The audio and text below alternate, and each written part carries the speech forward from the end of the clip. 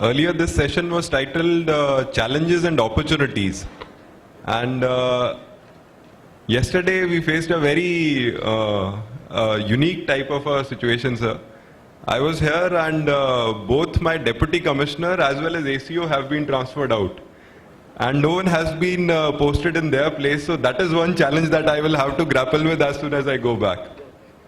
But in terms of opportunities, I think when I appeared from my UPSC interview, so there the first question was, why do you want to become an IAS officer? And we have some trained answers, so you just have to practice it and then just say it with conviction. So my answer was that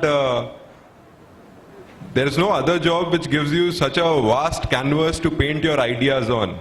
And that is actually true with smart city concept. You've been given this huge fund and you've been given this drawing board, you've been told to paint your ideas on it. There are these best practices across the world. Sir mentioned Singapore. We were also taken to Singapore immediately after our training. And we were also surprised to hear about this concept of zero water, sir. So because it was called zero water, so we wanted to know what this zero means. So they hesitated the first time. The second time we pressed them, they told us that this water comes from sewerage, and that is why we call it zero water.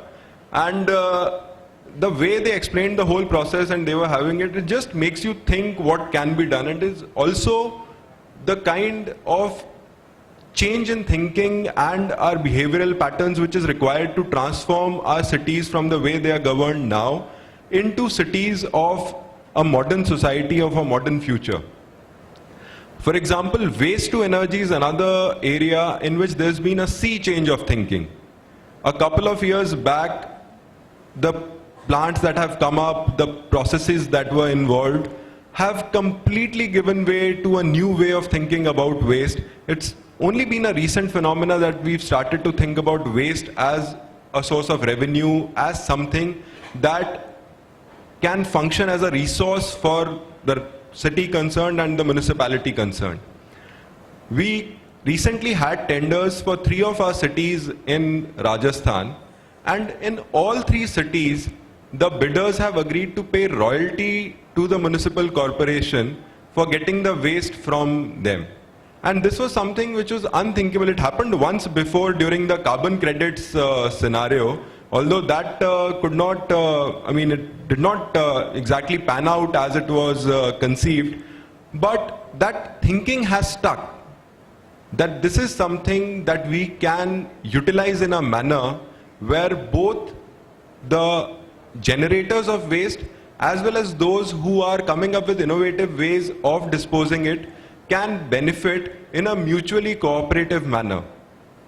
There are also other best practices, and sir mentioned that municipal governance can only be taken forward through e-governance.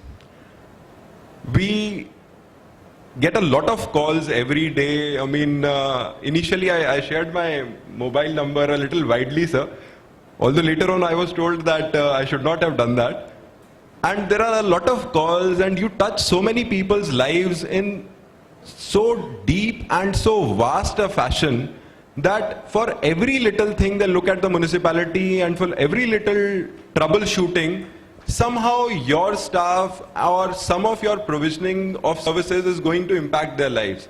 And therefore, if they have to run to your office for everything, we might have designed those reception centers and we sit them down properly and we make sure that it is air conditioned, but still for them to have to travel to our offices is something that should not happen in the times that we are living in. So one of the best practices essentially has to be to take all of these services online. In Rajasthan, this is happening in a centralized manner where the state government has tendered out a bunch of services that will have to be brought online by February 2017.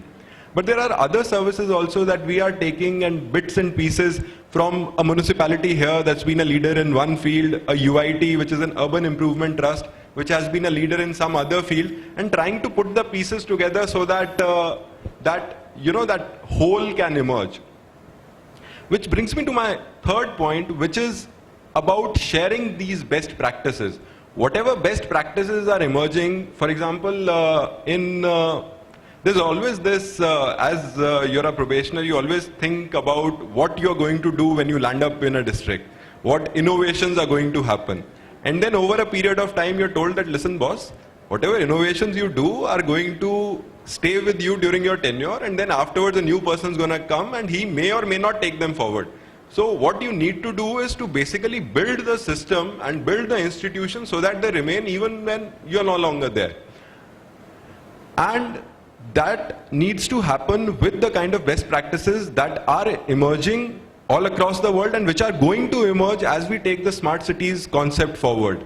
Government of India has taken the lead in this, and National Institute of Urban Affairs Director Mr. Jagan Shah is currently designing a website called SmartNet, where every city, whatever initiative it takes, will have to be put on that website, and then all those practices will be there for everyone to see.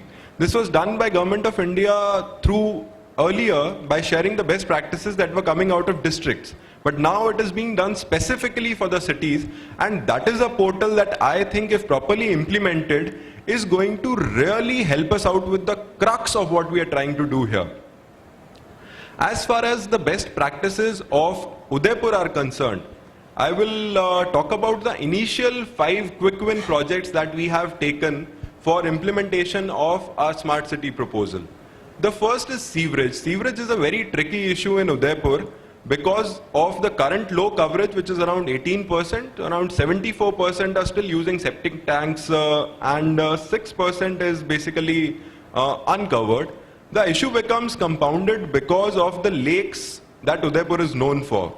And because of the central directions and the High Court monitoring, it becomes essential to kind of put the sewerage network in place. So we've spent 90 crores, the tender has already been out, it's going to be finalized soon. That is one work that we have taken. Another work has been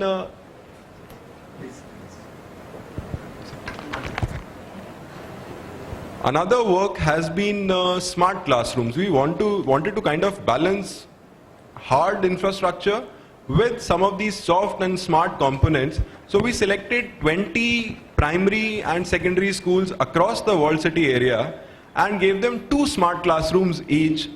We've floated the tender, the bids have come in, and that is also going to be finalized in the coming few days. Then there is a green area in the walled city area, which also serves as the lungs of the city. We have put up an open-air gymnasium in that area, so that was one thing. Then the 4th and the 5th is conservation of old bazaars in the area. And 5th was non-motorized transport, to kind of have these cycle stations all across and then to link them up with both a bus route, a hop-on, hop-off kind of a service, which will be different for the tourist destinations, and a separate forest and wildlife circuit. And also to link them with a lake boating service where you can take your cycles on board and get in on one lake and get off on another. So kind of wanted to integrate it into a multimodal kind of a fashion. And these are the 5 basic modules that we have designed for implementation in the first round till 25th of June. As we go forward, we also hope to learn from other cities what they have been doing and to kind of implement some of those ideas into what we are doing in Udaipur. Thank you.